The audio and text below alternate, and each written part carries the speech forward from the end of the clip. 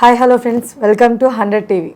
ఈరోజు మనతో ఉన్న గెస్ట్ సీనియర్ జర్నలిస్ట్ మహేష్ గారు. నమస్కారం అండి. నమస్తే. పవన్ కళ్యాణ్ గారు కాకినాడ పోర్ట్లో ఈ మధ్య సీజ్ ద షిప్ అని చెప్పేసి అన్నారు కదా, దాని గురించి పూర్తి వివరాలు మీరు చెప్పగలుగుతారు? పవన్ కళ్యాణ్ గారు నాయన్ల మనోహర్ గారిని తీసుకొని కాకినాడ పోర్ట్లో ఆ షిప్లో ఈ లెక్కలో లేకుండా ఒక షిప్మెంట్ అందులో ఉంది, ఈ రైస్ అవి అనే ఉద్దేశంతో ఆయన దాన్ని షిప్ని సీజ్ చేయమని అక్కడ చెప్పారు. దీనిలో భాగంగా ఆయన సముద్రంలో కొంత దూరం వరకు ఆ షిప్లో వెళ్తాం, అక్కడ నుంచొని షిప్ని సీజ్ చేయమని. అంటే ఇన్ని రోజుల నుంచి అలా జరగలేదు, ఇప్పుడే దాన్ని ఎలా చూసారు అలా సీజ్ ద షిప్ అని చెప్పేసి సడన్ గా వెళ్ళి అడగడానికి కారణం ఏంటి? ఇన్ని రోజులు కూడా జరుగుంటుంది కదా అక్కడ పోర్ట్లో, 6 నెలలకు కూడా జరుగుతుంది కదా.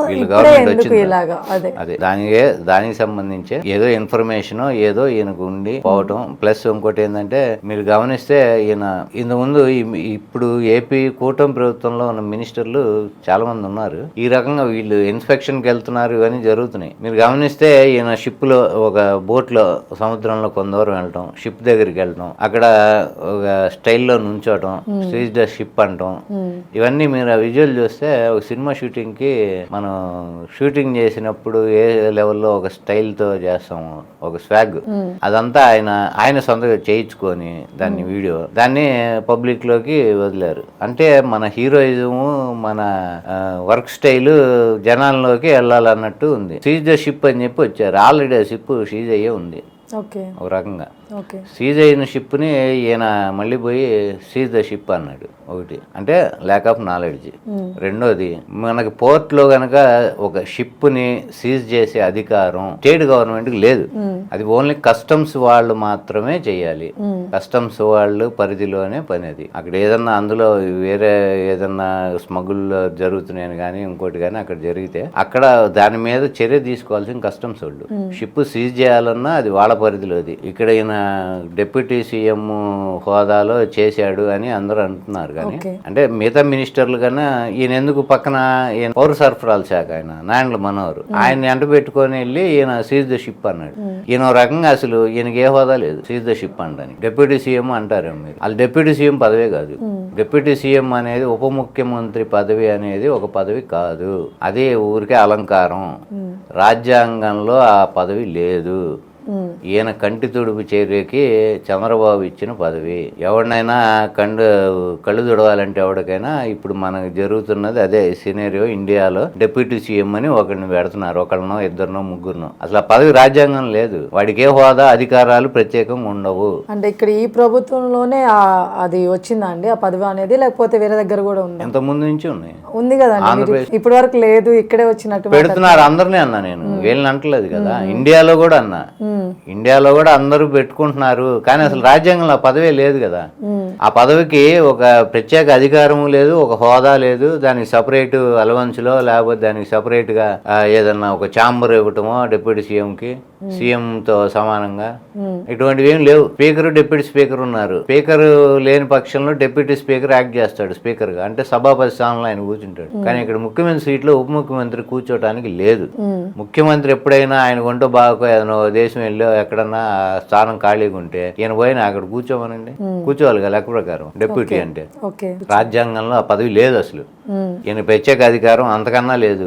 ఈయన ఓన్లీ మినిస్టర్ అంతే. పంచాయతీ రాజు అండ్ అటవీ శాఖ ఏదో సాంకేతిక విద్య ఏదో ఇచ్చారు, దాని టెక్నికల్ దాని వరకే ఈయన మంత్రి, అంతవరకే. అవి వరకే ఈయన పరిధిలోకి వస్తాయి. ఈయన సీజ్ ద షిప్ అనడానికి ఈయనకి అసలు రైటే లేదు ఫస్ట్ ఆఫ్ ఆల్. రెండోది, గవర్నమెంట్ కి అసలు ఆ అధికారమే లేదు. కస్టమ్స్ వాళ్ళు చేయాల్సింది. కస్టమ్స్ అంటే under comes central government of India కదా. నెక్స్ట్ నేవీ వాళ్ళు, అక్కడ షిప్ ఏదైనా అక్రమంగా వచ్చినా ఇంకోటి వచ్చినా కానీ నేవీ వాళ్ళు ఇంటర్ఫీర్ అవుతారు. ఇక్కడ అంటే నేవీ కస్టమ్స్ వీళ్ళు ఇద్దరికి మాత్రమే షిప్ని ఆపేది కానీ షిప్ని సీజ్ చేసే అధికారం కానీ ఉంటుంది.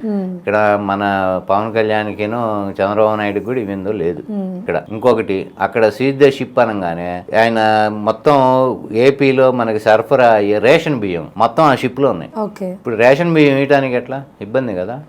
ఇప్పుడు సీజ్ అయితే రేషన్ బియ్యం అంతా ఎట్లా ఇవ్వాలి జనాలకి? అందుకని ఏదన్నా మనం ఒక మాట అనేటప్పుడు పని చేసేప్పుడు ముందు వెనక ఆలోచించుకొని చేయాలి. ఇప్పుడు రేషన్ బియ్యం అంతా అందులో ఉన్నాయి, షిప్ సీజ్ అయింది. ఇప్పుడు వీళ్ళు ఎట్లా దాన్ని ఇది చేస్తారు, సప్లై చేస్తారు జనానికి? ఈ నెల రేషన్ అనేది ఎట్లా ఇస్తారు? ఇవ్వటం కష్టం కదా. వీళ్ళు చేయడం అనేది జనాలకి నష్టం ఉంది అంటే అప్పుడు అంతవరకు తీసి బియ్యం వరకు వాళ్ళు తీసుకొని, లేకపోతే ఇంకోటి ఏదన్నా దానికి అసలు ఏంది దీనివల్ల ఇబ్బంది ఏంటి, దీనికి వచ్చిన ఇబ్బంది ఏంది, చిప్పు ఎందుకు సీజ్ చేయాలి, చిప్పు చేసి అది సీజ్ చేసే అధికారం మనకు ఉందా లేదా, ఇటువంటివన్నీ ఆలోచించుకొని చేయాలి. కానీ ఇదేదో సినిమా షూటింగ్ లాగా నుంచొని స్టైల్ గా సీజ్ ద షిప్ అనే 2 ముక్కలు ఇంగ్లీష్ ముక్కలు మాట్లాడితే పని జరగదు.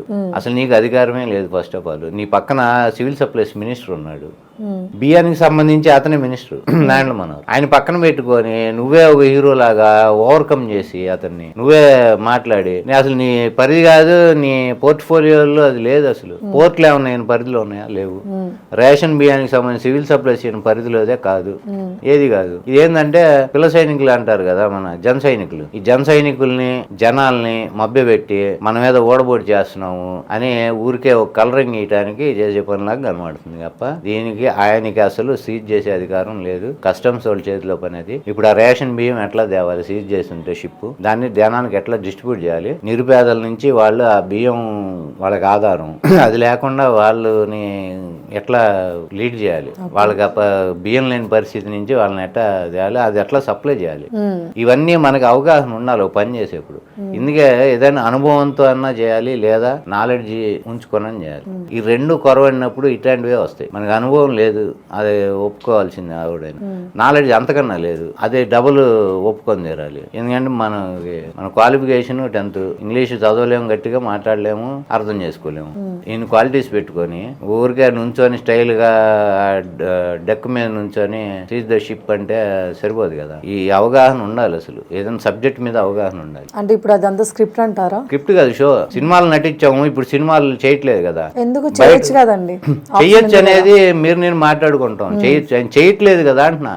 జరుగుతుంది ఏంటి, సినిమాలు చేయొచ్చు, చేయట్లే మనం. ఇప్పుడు ఈ హోదా ఒకటి వచ్చింది కదా, దీంతో సినిమాల కన్నా ఇప్పుడు ఈ హోదా అనుభవించడం బాగుంది కదా. ఇప్పుడు ఇలా మాట్లాడడం వల్ల, ఇలా చేయడం వల్ల పవన్ కళ్యాణ్ గారికి ఇంకా బయట నెగిటివిటీ అనేది స్ప్రెడ్ అవుతుంది, ప్రాబ్లమ్స్ కూడా ఇంకా ఉంటాయి కదా. అంటే దీని మీద నెగిటివిటీ కన్నా మన వాళ్ళు మీమ్స్ చేసుకోవటము, లేకపోతే మన సోషల్ మీడియా ఉంది, సైనికులు ఇది ఒక హీరోయిక్ పర్సనాలిటీ క్రియేట్ చేసి మనోడికి ఈ డైలాగ్ ఒకటి పెట్టేసి మా వాడు హీరో అని ఎస్టాబ్లిష్ చేసుకోవడానికి, పాలిటిక్స్ లో కూడా మా వాడు పెద్ద హీరో అని ఈ పనికి వస్తే గానీ కామన్ మ్యాన్ గా బుద్ధి జ్ఞానం ఉన్నవాడికి గానీ ఆలోచన ఉన్నవాడికి గానీ మనోడు ఏంటో ఇట్లా జోకర్ లాగా ఇట్లా చేస్తాడు అనేది మాత్రం ఖచ్చితంగా అనిపిస్తుంది. అదేంటంటే వాళ్ళ ఫ్యాన్స్ వాళ్ళకి ఆ జన సైనికులకి మాత్రమే అది హీరోయిక్ పర్సనాలిటీ లాగా కనబడుతుంది. నీవెందో చంద్రబాబు నాయుడు కూడా తలపట్టుకొని ఉంటాడు, ఏంద్ర ఈ పనులు ఇట్లా. మొన్నేమో హోమ్ మినిస్టర్ గురించి మాట్లాడాడు, పోలీసు వాళ్ళ గురించి మాట్లాడాడు అగెనిస్ట్ గా. అంటే వాళ్ళ గవర్నమెంట్ ని ఆయన విమర్శిస్తున్నాడు,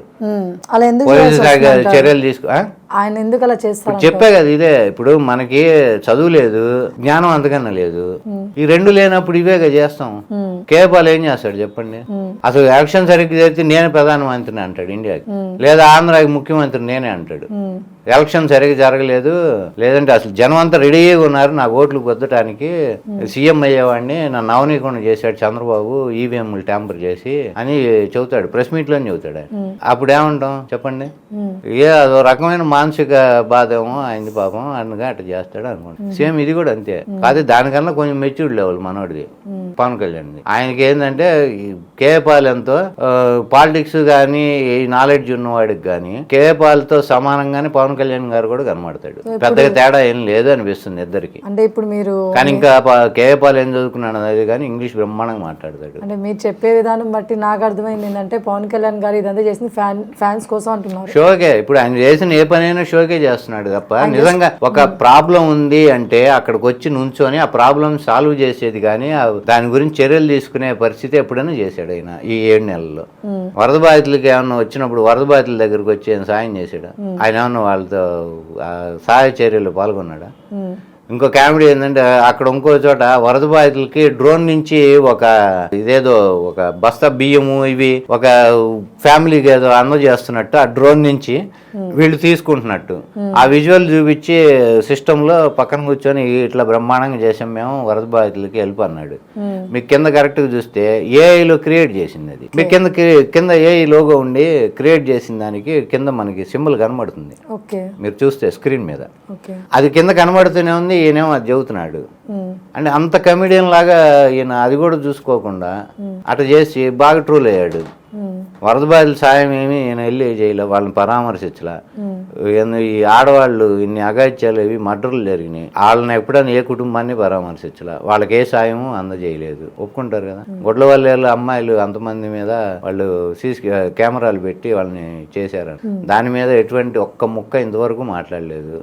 అక్కడికి పోయి వాళ్ళని కూడా పరామర్శించలేదు కదా. ఇన్ని జరుగుతుంటే ఇప్పుడు మన కరెంటు నెత్తిన పెట్టారు జనానికి చంద్రబాబు గవర్నమెంట్, దాని గురించి కూడా ఒక ముక్క మాట్లాడలే. ఆదానికి అగెనెస్ట్ గా అమెరికాలో కేసు పెట్టారు అన్నారు, మరి ఇన్ని మాట్లాడాను. ఆదాని గురించి కూడా ఒక ముక్క మాట్లాడలే. ఎందుకంటే అది బీజేపీ వాళ్ళు తంతారు ఆ మాట మాట్లాడు. బీజేపీకి సంబంధించిన మనిషి కాబట్టి ఆయన బీజేపీ వాళ్ళు ఒప్పుకోరు. అందుకని నేను అది మాట్లాడు, మిగతా అందరూ మాట్లాడిన తర్వాత మీకు ఈ మధ్య కాలంలో చూసుకుంటే దీక్ష అని చెప్పి సనాతన ధర్మ పరిరక్షకుడు అన్నాడు. సనాతన ధర్మ పరిరక్షకుడు అంటే అసలు నువ్వు ఎమ్మెల్యేగా ఒక మినిస్టర్ గా స్వేరింగ్ చేసావు. స్వేరింగ్ చేసినప్పుడు ఏమని చేస్తారండి? కుల మతాలకి రాగద్వేషాలకి అతీతంగా నేను పనిచేస్తానని స్వేరింగ్ చేస్తారు, ప్రమాణ స్వీకారం చేసినప్పుడు. నేను సనాతన ధర్మం, నేను దీన్ని పరిరక్షించడానికి వచ్చా అని వేరే మతాలకి అగనెస్ట్ గాను ఒక మతానికి స్టాండ్ అయ్యి నువ్వు అసలు ఎట్లా ఉన్నావు అంటే నువ్వు చేసిన ఓత్నే నువ్వు తప్పేసినట్టే కదా. పాలిటిక్స్ లో ఎవడైనా ఓత్ తీసుకున్నప్పుడు దానికి కట్టుబడి ఉండాలి. మామూలుగా అందరూ అంటారు పాలిటిక్స్ లో ఉన్నాడు, పదవుల్లో ఉన్నోళ్ళు మతాలు కులాలు ఇవి పట్టించుకోకుండా ఆ మతం ఈ మతం ఇటు హిందూ అయ్యి కూడా ముస్లిమ్స్ కి ఫేవర్గా ఉన్నాడను ఈ రకరకాల విమర్శలు వింటున్నాం మనం. వీళ్ళందరూ ఏంది అంటే వీళ్ళు ఒక ఓత్ తీసుకున్నారు, కుల మతాలకి రాగద్వేషాలకి అతీతంగా పనిచేస్తాము అని. అలాంటప్పుడు నువ్వు ఆ ఓత్ తీసుకొని నువ్వు సనాతన ధర్మ పరిరక్షణ ఏంటి, నువ్వు ఒక వేషం వేసుకొని అదేందో దీక్ష అని చెప్పి గుళ్ళు మెట్లు గడిగి అవి చేసి రెచ్చిపోయి మాట్లాడి హిందూ మతం అంతా మీ అందరూ ఏం చేస్తున్నారు అని వాళ్ళని రెచ్చగొట్టినట్టు మాట్లాడటం, ఒక బాధ్యత గల ఒక పదవిలో ఉండి ఒక మతానికి సంబంధించి హిందువుల్ని రెచ్చగొట్టినట్టు మాట్లాడటం కరెక్టా? రాంగే కదా. వాళ్ళు సనాతన ధర్మ పరిరక్షణకి నువ్వెవడు అసలు? ఇప్పుడు నువ్వు నిజంగా సనాతన ధర్మ పరిరక్షణ చేస్తున్నావా? మొదటి నుంచి నీ క్యారెక్టర్ అదే కాదు కదా. మా నాన్నేమో మా నాయన దీపారాధన చేస్తే మా నాన్న సిగరెట్ ఇచ్చుకునేవాడు అందులో అని చెప్పావు నువ్వే. మళ్ళీ అదే నోటితో ఏం చెబుతావు? పబ్లిక్ మీటింగ్ లో చెప్పాడు ఇది వాళ్ళ నాన్న గురించి. సొంత తండ్రి నిజంగా అట్లా చేసిన ఎవడు పబ్లిక్ లో చెప్పడు, చెబుతాడండి? నువ్వు చెప్పావు అంటే నీ క్యారెక్టర్ ఏంది అసలు?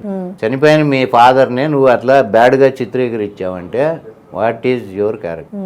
ఒకవేళ నిజమైనది. రెండోది, మా ఇంట్లో అదే నోటితో ఏం చెప్పాడు, మా ఇంట్లో పొద్దున్న లేస్తే రామనామ సంకీర్తనే వినేవాళ్ళు అంటాడు. ఏది నిజం అంటే వీళ్ళ నానేమో అట్లా నమ్మకం లేదు, దీపారాధనలో సిగరెట్ వెలిగించిన వ్యక్తి, మరి ఈయనకి చిన్నప్పటి నుంచి రామనామ సంకీర్తనలు ఎట్లా వినిపించాడు ఇంట్లో? పోనీ ఈసారి పెళ్లిళ్ళ విషయం మనం మాట్లాడు, దేశం అంతా మాట్లాడి కావాలంటే ఓపుకుంటే పర్సనల్ లైఫ్ అన్నప్పుడు నేను సనాతన ధర్మం పరిరక్షించడానికి వచ్చా అన్నప్పుడు నువ్వు పబ్లిక్ ఫేవర్ నువ్వు బయట ఉన్నావు, ప్రజల్లో ఉన్నావు కాబట్టి పర్సనల్ లైఫ్ ఉండదు, పర్సనల్ లైఫ్ ఉండదు. ఫ్యామిలీని ఎక్కడికి తెచ్చారు? ఎవడు తెచ్చాడు? ఏం తెచ్చాడు?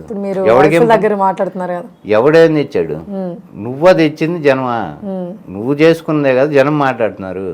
నువ్వు పబ్లిక్ ఫిగర్ గా ఉండి ప్రజల్లో సేవ చేయడానికి వచ్చినప్పుడు నువ్వు ఇంకా పబ్లిక్ లేదు, పర్సనల్ లేదు, నీ పర్సనల్ విషయాలు కూడా వస్తాయి, అన్నీ వస్తాయి. సో తప్పు కాదంటారు అది? ఏది? అలా ఫ్యామిలీస్ తీసుకొచ్చి మాట్లాడడం అనేది తప్పు కాదంటారు? ఏమని మాట్లాడారు? మీరు అన్నారు కదా ఇప్పుడు ఒకటి ఆయన ఏమన్నారు, ఇప్పుడు ఆయన పెళ్లిళ్ళు చేసుకున్న ఆడవాళ్ళ గురించి తప్పుగా ఎవడు మాట్లాడలా. ఎక్కడ నువ్వు చేసుకున్నావు ఇంతమందిని అంటున్నారు గానీ వాళ్ళ గురించి తప్పుగా మాట్లాడారు? అలా మాట్లాడినా గానీ వాళ్ళ పేర్లు అయితే బయటకు వస్తున్నాయి కదా, వాళ్ళు ఆటోమేటిక్ వస్తాయి. తెలుసుండొచ్చు, తెలియకపోయిండొచ్చు, కామ్ గా ఉన్నారు. ఇప్పుడు ఆటోమేటిక్ వస్తాయండి. ఇప్పుడు నెట్ లో కొట్టినా వస్తాయి ఎవరికైనా. ఇవాళ problems Pawan Kalyan first wife అని కొట్టండి, ఆ ఫోటోతో సహా రాదా? అదే అండి. అది ఎవరు నిరోధిస్తారు? మీరు గూగుల్ నిరోధిస్తారా? ప్రాబ్లమ్స్ గురించి మాట్లాడితే బాగుంటది కానీ ప్రాబ్లం అంటే నువ్వు ఇప్పుడు సపోజ్ అండి, నేను నాన్ వెజ్ తినుకుంటూ మీ ముందు కూర్చొని నాన్ వెజ్ ఒంటికి మంచిది కాదు నువ్వు తినమాకు అని చెబుతున్నాను అనుకో, ఎట్లా ఉంటుంది? బాగుంటుందా? చూసేవాడికి బాగుంటుందా? మరి ఇది అంతే కదా. నువ్వు హిందూ సనాతన ధర్మం అన్నప్పుడు సనాతన ధర్మంలో విడాకులు లేవు అసలు, మనం ఇద్దరికి ఇచ్చావు కదా. విడాకులు అనే మాట లేదు అక్కడ, భార్యను వదిలేమని లేదు ధర్మంలో.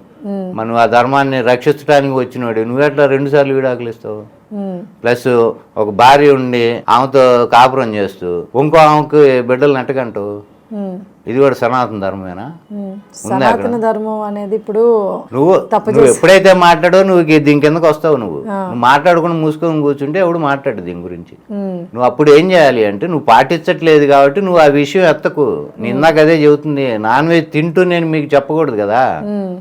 అసలు తినకుండా ఉన్నోడినైతే నేను చెబుతా, పాటిస్తున్నా కాబట్టి మీకు చెబుతానికి కూడా అర్హత ఉంది నాకు. ఇంటైన పాటు మీ కర్మ. మనం పాటించాం, మనం ధర్మం చెబుతాం. అదేమంటే మీరు కూడా చేసుకోండి ఒప్పుకుంటే అంటే ఈయన మాట ఈయన పైశాచికంగా తయారయ్యే ఫ్యాన్స్ బోల్డ్ మంది ఉన్నారు. పిచ్చి పెట్టినట్టు ఫ్యాన్స్ ఉన్నారు, సైకో ఫ్యాన్సులు ఎవడికి ఉండరు.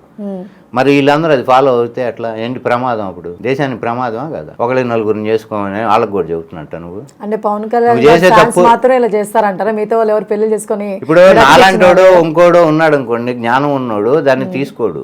కానీ ఈయన్ని గుడ్డిగా ఫాలో అయ్యేవాడు అది వింటాడు కదా. అవునా? నువ్వు ఎవడైతే రోల్ మోడల్గా ఫీల్ అవుతావో, ఎవరినైతే పిచ్చిగా అభిమానిస్తావో వాడు చెప్పిన ప్రతి మాట వింటావు. నువ్వు విన్నప్పుడు ఇదే చేస్తారు కదా. అప్పుడు నువ్వు అదే మాట మళ్ళీ నువ్వేం చెప్పావు? ఆడపిల్లకి అన్యాయం చేస్తే అసలు నేను సహించలేనంటూ. ఇప్పుడు నీ మాటలు ఎవడన్నా తీసుకొని వాడు అది పాటించాడు అనుకోండి, ప్రతి ఇళ్లలో ఉండే ఆడవాళ్ళు ఇబ్బందులు పడరా? వాళ్ళకి అన్యాయం జరగదా? చెప్పండి.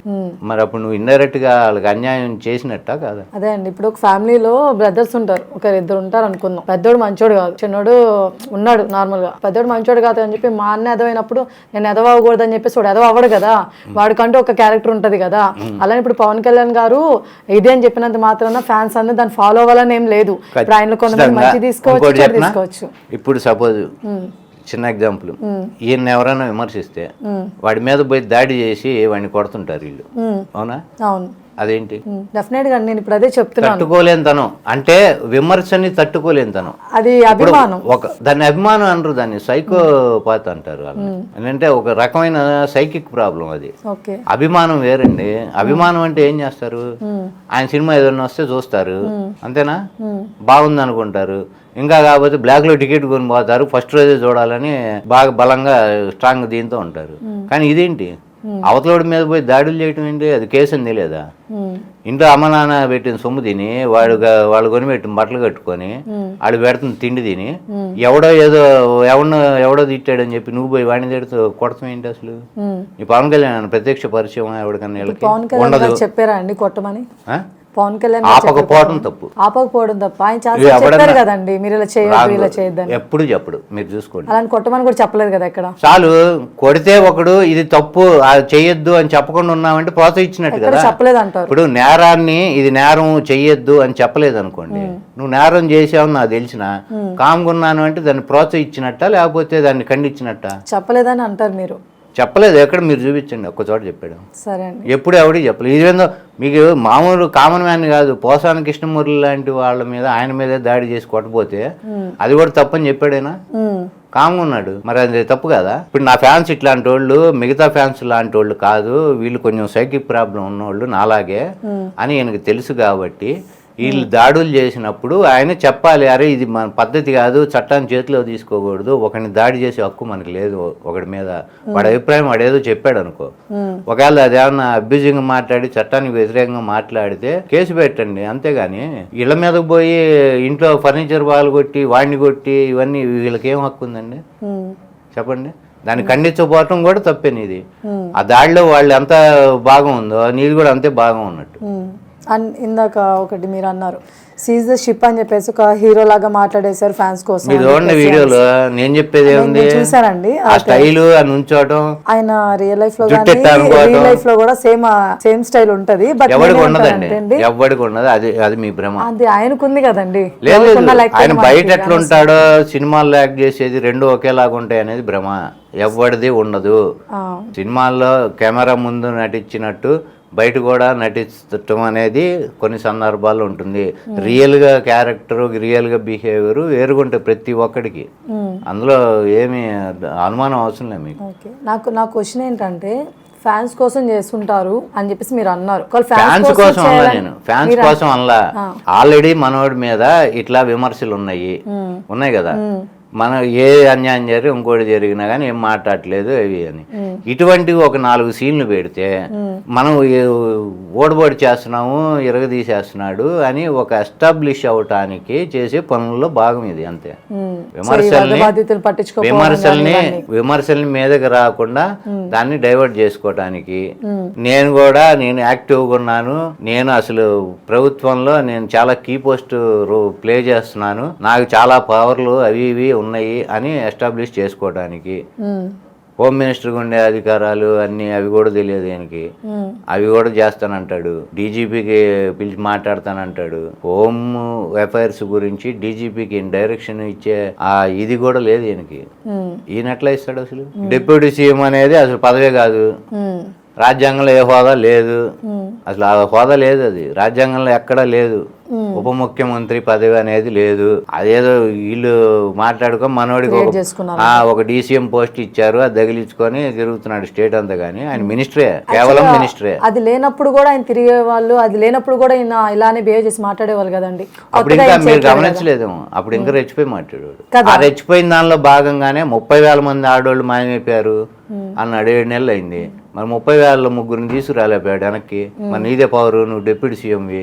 ముగ్గురిని తేలేదే. 30,000 మంది మిస్సింగ్ అయిన అమ్మాయిల్లో ముగ్గురిని ఎందుకు వెనక్కి తేలే, కనిపెట్టలేకపోయావు, ఎక్కడ పోయారు అంటే అబద్ధమే కదా. అది సెంట్రల్ ఇంటెలిజెన్స్ నాకు చెప్పింది అన్నావు, అది అబద్ధమే కదా.